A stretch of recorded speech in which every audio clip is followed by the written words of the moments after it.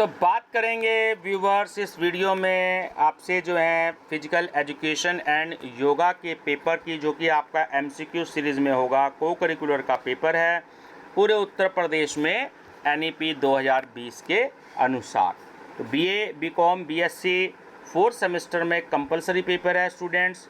थोड़ा सा tough paper होगा, पहली बार ये पेपर हो रहा है इस समय। तो अभी 12 अगस्त से जो है 2023 से सीसस यूनिवर्सिटी मेरठ के भी पेपर स्टार्ट हैं और माँ शाकुंभरी यूनिवर्सिटी सहारनपुर के भी स्टार्ट हैं। तो स्टूडेंट्स, अगर आप अदर किसी यूनिवर्सिटी के स्टूडेंट्स हैं तो मेरा व्हाट्सएप नंबर डिस्क्रिप्शन बॉक्स में है ही 6396242878। आप उस पर मुझे मैसेज करिएगा। आप लखनऊ यूनिवर्सिटी के हैं, एमजेपी, बरेली, रोहिलखंड के हैं, कहीं के भी हैं पूरे उत्तर प्रदेश के, जहाँ भी अगर ये पेपर हो चुका है तो कृपया मेरे को मैसेज दें।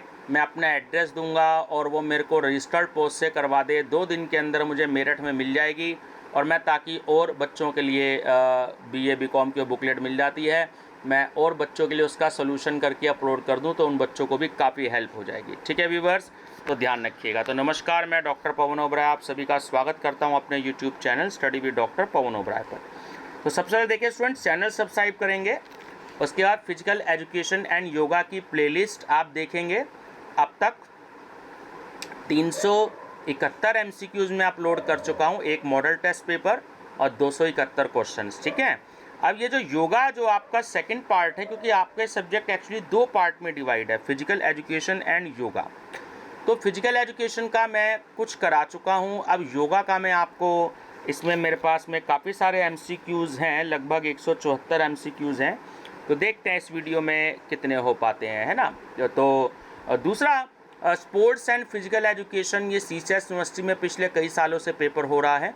तो जो बच्चे मेरे कॉमर्स वाले ग्रुप में ऐड हैं, अभी तक लगभग 200 के आसपास बच्चे ऐड हो चुके हैं। आप भी ऐड होना चाहते हैं, मेरे व्हाट्सएप नंबर पे मैसेज कर दीजिएगा, तो मैं आपको कॉमर्स के ग्रुप में तो ऐड कर दूंगा। और एक बीए एनईपी ऑल यूपी का ग्रुप है, बीए के स्टूडेंट्स हैं तो बीए के मैं आपको ग्रुप में ऐड कर दूंगा, ताकि आप सबको जो भी कोई वीडियो है उसमें 500-700 बच्चे होंगे तो उन सब तक एक ही वीडियो पहुंच जाए। ठीक है ना।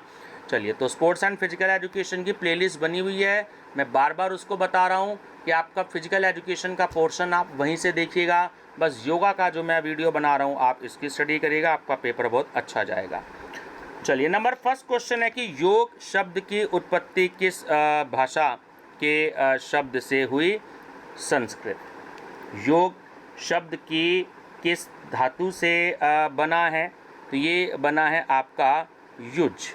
ठीक है, संस्कृत में युज का क्या अर्थ है? तो देखिए, जोड़ना, गठबंधन करना और अपना ध्यान केंद्रित करना। तो डी ऑप्शन करेक्ट है ये सभी। योग किस लक्ष्य को प्राप्त करने का एक रास्ता है?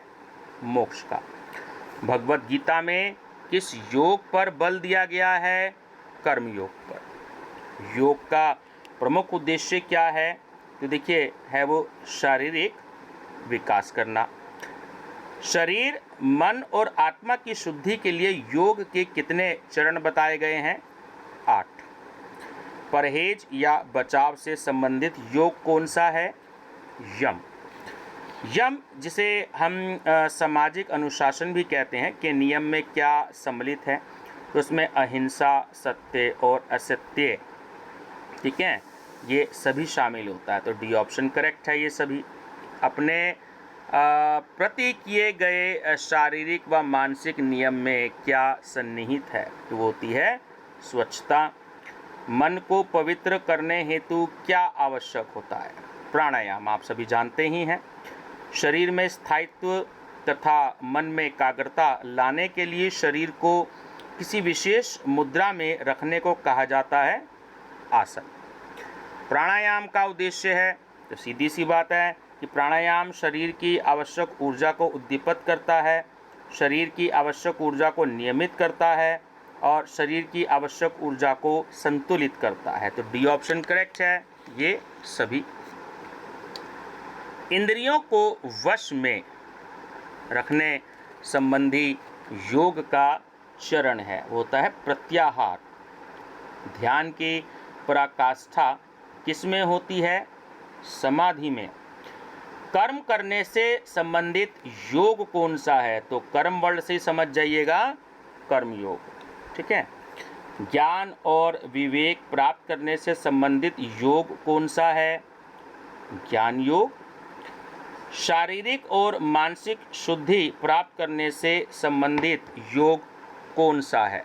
तो इसे हम कहते हैं हठ योग। मन के जागरण तथा ज्ञान केंद्रों को जगाने से संबंधित योग का नाम है, वो है आपका राजयोग। मन को स्वतंत्र रखने का योग कौन सा है?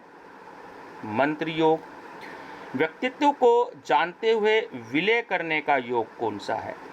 लय योग। सघन भक्ति करने का योग कौन सा है? भक्ति योग। हठ योग किन दो शक्तियों का परस्पर मिलन है? तो देखिए, जो धनात्मक शक्ति होती है वो सूर्य नाड़ी कहलाती है, और जो ऋणात्मक शक्ति होती है वो चंद्र नाड़ी कहलाती है। तो सी ऑप्शन करेक्ट है, ए और बी दोनों। हठ योग के अविभाज्य तत्व हैं, तो तीनों ही हैं। मन का नियंत्रण भी है, प्राणायाम भी है ना। प्राणायाम एक्चुअली क्या होता है? सांस पर नियंत्रण एवं नियमन, ध्यान रखिएगा। आसन क्या होता है? वो शारीरिक मुद्राएं होती हैं, तो डी ऑप्शन राइट है ये सभी। शरीर को स्थायित्व एवं मन को ठहराव देने वाली शरीर को विशेष मुद्रा में रखने की स्थिति को कहते हैं, तो उसे हम आसन कहते हैं।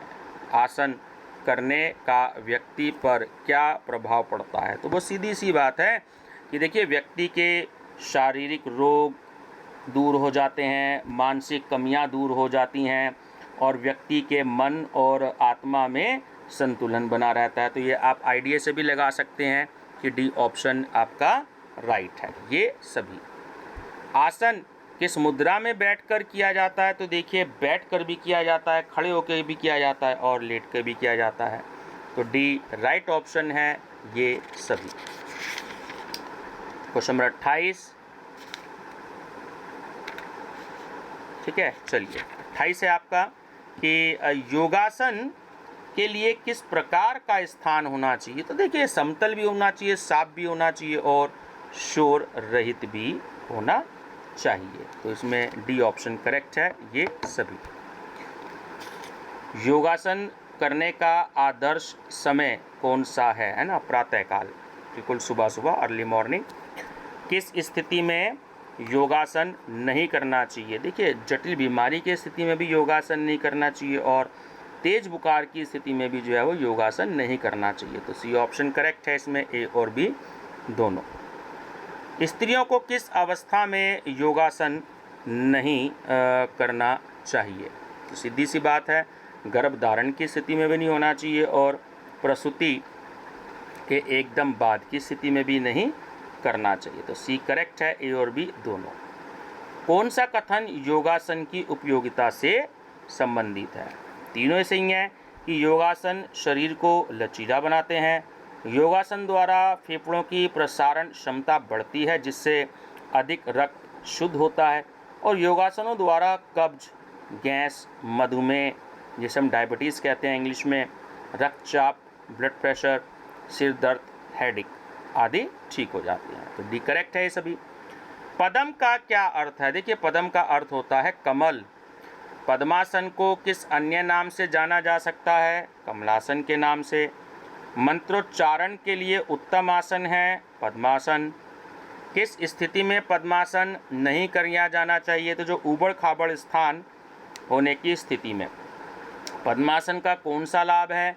तो तीनों ही लाभ है कि पद्मासन जो है वो शरीर से फालतू चर्बी बाहर निकालता है, पैल्विक क्षेत्र को ऑक्सीजन युक्त रक्त पहुंचाता है, और घुटनों एवं टखनों में आई शक्ति को ठीक करने में अच्छा है। तो डी राइट ऑप्शन है ये सभी। कौन सा कथन वज्रासन की उपयोगिता से संबंधित है? तो देखिए, पाचन में भी सहायक होता है वज्रासन, गैस की समस्या को भी दूर करता है वज्रासन, और घुटनों, टांगों, पैरों, जांघों के दर्द में भी कमी आती है वज्रासन से। तो डी ऑप्शन करेक्ट है ये सभी। वज्रासन को कब किया जाता है? खाना खाने से पहले। किस आसन को दर्जी की सीट कहा जाता है? सुखासन को। कौन सा आसन ध्यान मुद्रा से संबंधित है? तो पद्मासन, वज्रासन और सुखासन, ये तीनों ही आसन ध्यान मुद्रा से संबंधित होते हैं। कौन सा आसन सांस्कृतिक मुद्रा से संबंधित है? पद्मासन। अत्यधिक मानसिक तनाव या हृदय की बीमारी के उपचार में अथवा शरीर व मन को आराम देने से संबंधित आसन है, वो होता है श्वासासन। ठीक है, ऑप्शन डी श्वासन। किस आसन की आकृति हल से मिलती जुलती है?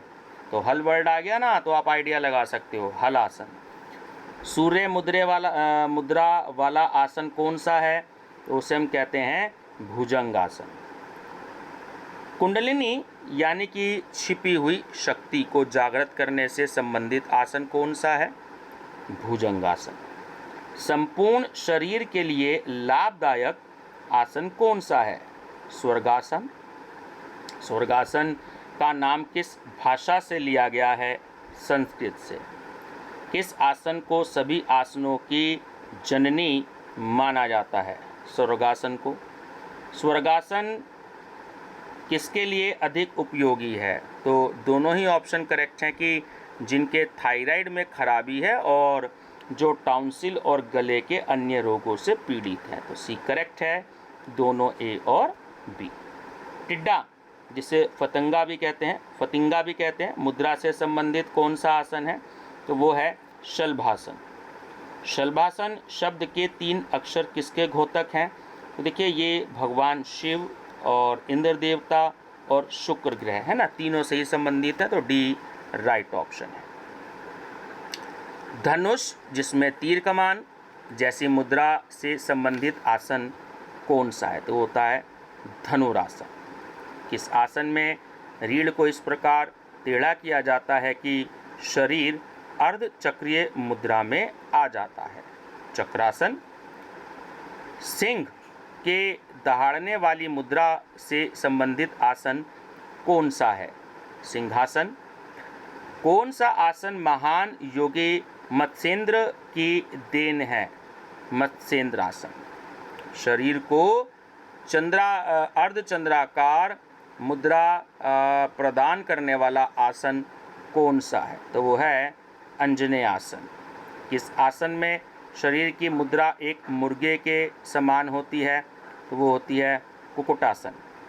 किस आसन में शरीर की मुद्रा एक मोर की भांति होती है? मोर मतलब मयूर, तो आप अंदाज़ा लगा सकते हैं, मयूरासन।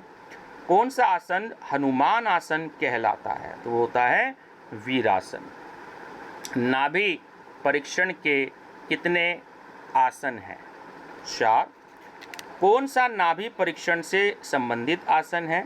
तो उत्तान पादासन, चक्रासन और मत्स्यासन, तीनों ही हैं, तो डी ऑप्शन राइट है ये सभी। टीबी एवं दमा के मरीजों के लिए कौन सा आसन उपयोगी है? तो वो है सर्वासन। मधुमेह के रोगियों के लिए कौन सा आसन उपयोगी है? तो हलासन, चक्रासन और मत्स्यासन, है ना, डी ऑप्शन करेक्ट है ये सभी। आँख, कान व नाक के दर्द के उपचार हेतु कौन सा आसन उपयोगी है? तो सिद्धासन, स्वर्गासन और मत्स्यासन, तीनों ही उपयोगी हैं, तो डी राइट ऑप्शन है आपका ये सभी। पुरानी कब्ज के उपचार हेतु कौन सा आसन उपयोगी है? तो हलासन, मयूरासन और मत्स्यासन, तीनों ही उपयोगी हैं, तो डी राइट ऑप्शन है ये सभी। पाइल्स के उपचार हेतु कौन सा आसन उपयोगी है? गोमुखासन। मोटापा कम करने के लिए कौन सा आसन उपयोगी है? तो धनुरासन और मयूरासन दोनों ही उपयोगी हैं, तो सी ऑप्शन करेक्ट है, ए और बी दोनों। हृदय रोगियों के लिए कौन सा आसन लाभदायक है? तो श्वासन और सिद्धासन दोनों ही लाभदायक हैं, सी राइट ऑप्शन है, ए और बी दोनों। प्राणायाम का क्या अर्थ है? या दूसरा क्वेश्चन ऐसे ही पूछा जा सकता है कि प्राणायाम क्या है? देखिए, प्राणायाम जो होता है ना, वो सांस पर नियंत्रण करना भी होता है, प्राणों पर काबू पाना भी होता है और सांस का नियमन करना भी होता है, तो डी ऑप्शन राइट है ये सभी। प्राणायाम के मुख्य घटक कौन से हैं? तो पूरक, रेचक, कुंभक, तीनों ही हैं, तो डी ऑप्शन राइट है ये सभी।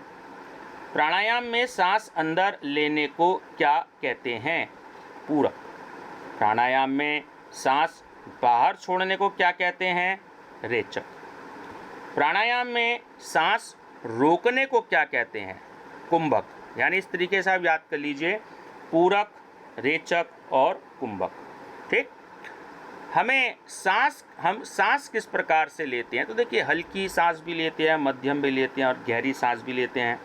डॉक्टर के पास जाते हैं तो गहरी सांस लेने के लिए कहता है हमसे, जब भी वो अपना जो है चेकअप कर सकता है।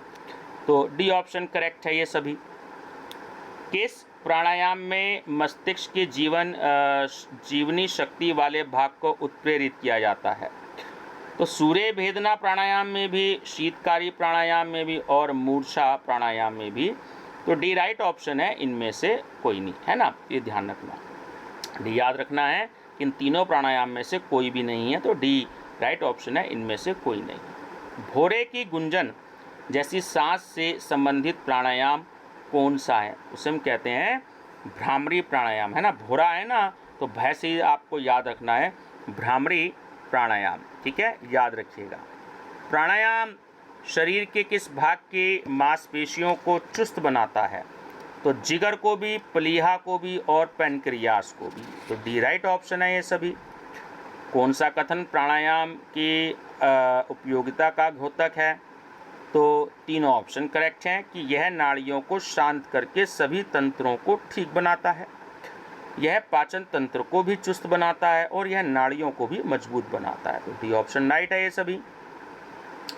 प्राणायाम का कौन सा लाभ है? तो तीनों लाभ हैं कि प्राणायाम विभिन्न तंत्रों को शीतलता प्रदान करता है, प्राणायाम आँखों व कानों को आराम देता है और प्राणायाम शरीर को फिट तथा स्वस्थ रखता है। तो डी ऑप्शन राइट है ये सभी। प्राणायाम किन रोगियों के लिए उपयोगी है? तो देखिए, उक्त रक्तचाप जिसे हम कहते हैं हाई ब्लड प्रेशर वाले, और निम्न रक्तचाप जिसे हम कहते हैं लो ब्लड प्रेशर वाले, तो दोनों के लिए सही होता है ना।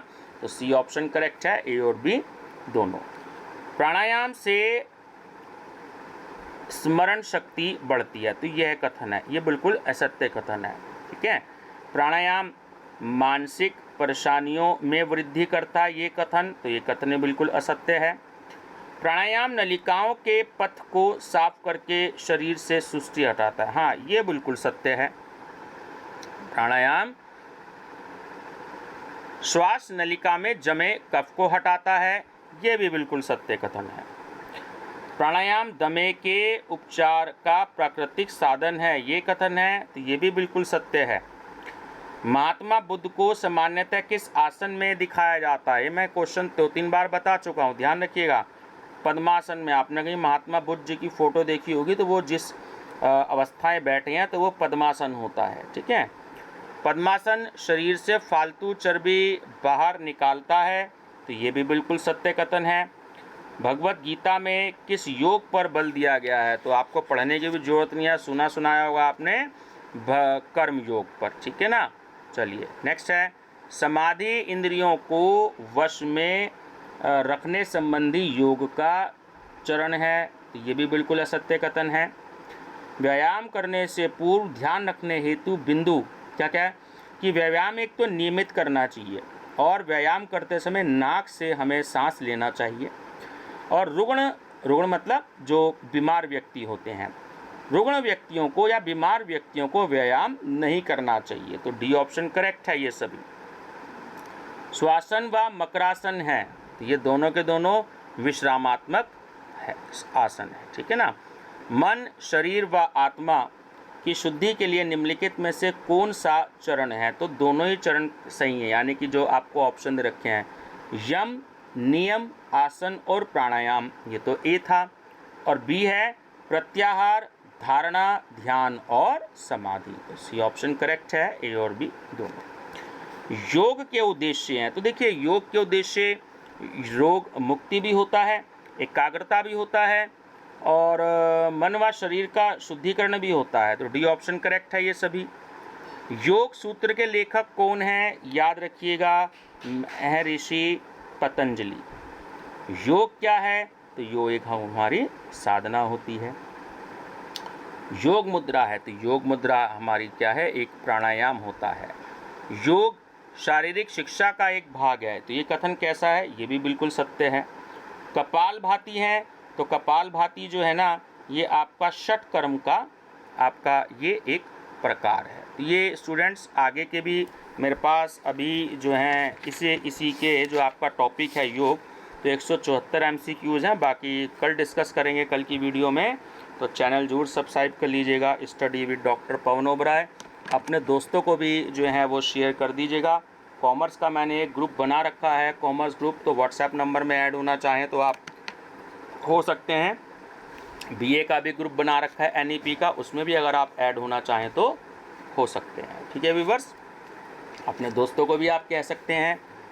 चैनल पे बने रहिएगा। आप सभी को best of luck. Thank you.